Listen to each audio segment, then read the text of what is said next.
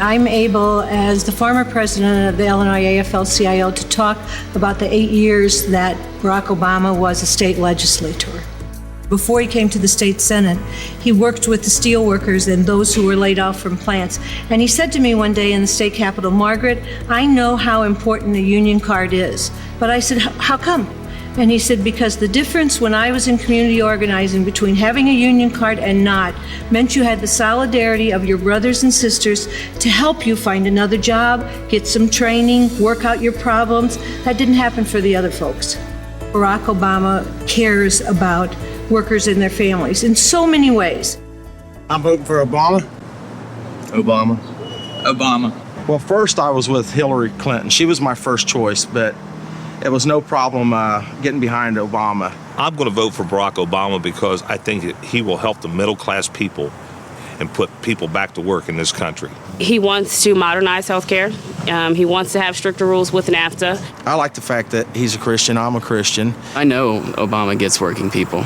We can't take 4 more years of this current administration, and that's what we'll get with John McCain. Everything that the American working man stands for, John McCain's against. What's happened in 8 years is going to take a long time to reverse, but it gives us hope. Everybody just needs to get out and vote. If they want to see things change in this country, that Barack Obama's the way to go. If you talked about the issues and you let them know what Barack stands for and you let them know what John McCain stands for, I don't care whether you're a union or what you are, you're going to have an awful lot of money not to vote for Barack.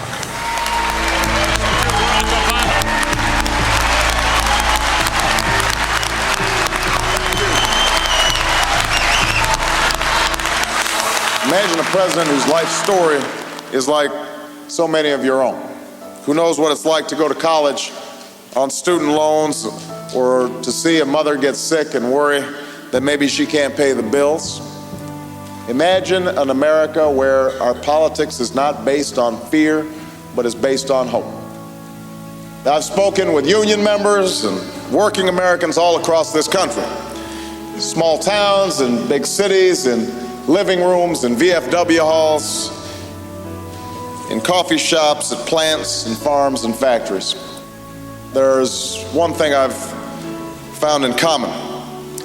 They all want to know that they're being given a fair shot in life, that wages they're making will be enough to raise a family, that they'll be able to afford health care if they or their loved ones get sick, that they'll be able to send their kids to college even if they're not rich, and that they'll be able to retire with dignity and respect and security after a lifetime of hard work.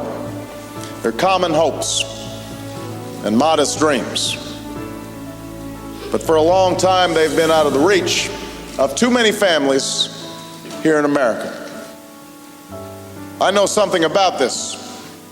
The reason I turned down a job on Wall Street and went to work as a community organizer in Chicago more than 2 decades ago was to help neighborhoods that had been devastated by the closing of steel plants all across the south side of Chicago. And I worked with churches and with unions to organize job training for those who'd been put out of a job.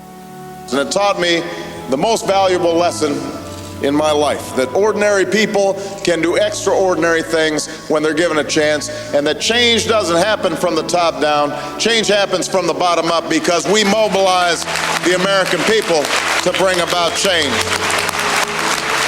I want to play some offense. I'm ready to play offense for a living wage. I'm ready to play offense for a secure retirement. We're ready to play offense on universal health care. If we want to stand up for workers' rights abroad, we've got to look out for workers' rights here in the United States of America. I opposed NAFTA. That's why I opposed CAFTA. That's why I opposed permanent normalized trade relations with China without having some sort of assurances that American workers and American consumers were going to be looked after. We need to strengthen our unions by letting them do what they do best, and that is organize our workers. If a majority of workers want a union, they should get a union, and that is why I intend to sign the Employee Free Choice Act when it lands on my desk. The American people have a choice in this election. We can keep playing the same old Washington game, or we can choose a different future. There's a moment in the life of every generation where that spirit of unity and hopefulness has to come through if we're to make our mark on history. This is our moment. This is our time.